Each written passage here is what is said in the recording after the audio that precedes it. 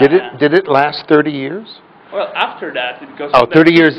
30 years after it. Yes, yes. 30 years later. Well, the desire to have an author is a reflection of what critics need.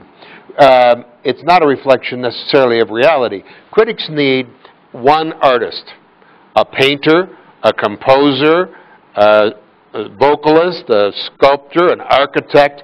They need one artist so that they can write intelligently about how the childhood of this artist influenced their work and the vision of this artist. And so they need an artist.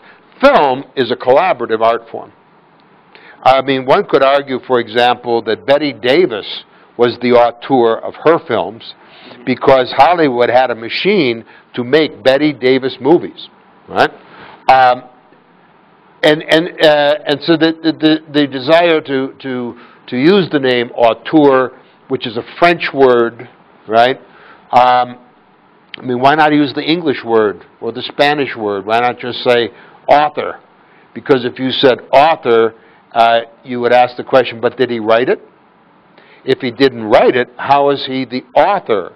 And so we say auteur, which means sorta, kinda, like ish author, right? But be real clear. The difference between a good film and a great film is the director.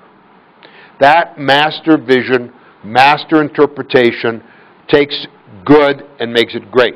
But the difference between a good film and no film is the writer. The ideal, I would think, in most cases, is that writers become directors. Because directing is simply the completion of what the writer began.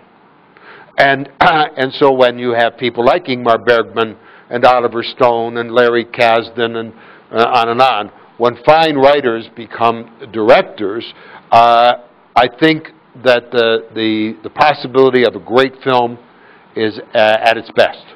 On the other hand, many, many wonderful films that we all love were written by 3 or 4 writers collaborating with a director. Casablanca, being one of my favorites, was written by a number of people and directed by a great interpreter.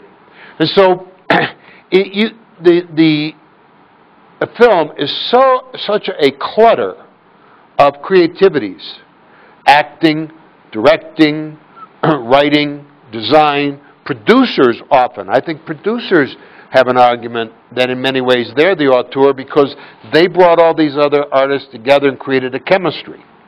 So you have to look at each film and ask, if whose contribution is the most vital to the essence of this. And my feeling is why does there have to be one artist? Why can't we just look at the film and talk about the values of the film and the qualities of the film, realizing that everybody, including the makeup person, had some contribution to it. The word "by" is always very suspicious. And the greatest of filmmakers understood this. Alfred Hitchcock could not write. Okay? I mean, he couldn't write a coherent letter. And he knew that he was at the mercy of the quality of the writers. I mean, what's the difference between Vertigo and Family Plot? The master directed both of them. Why is Family Plot such a bore and Vertigo such a... Right? It's the writing. And so Hitchcock said the 3 things necessary to create a great film are a great screenplay, a great screenplay, and a great screenplay.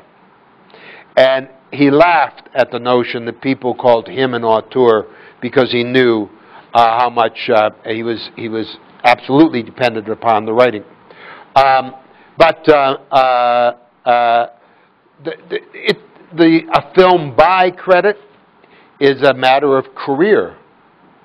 If directors have career problems like everybody else, and they want that reputation that they are the auteur, that it is a film by them.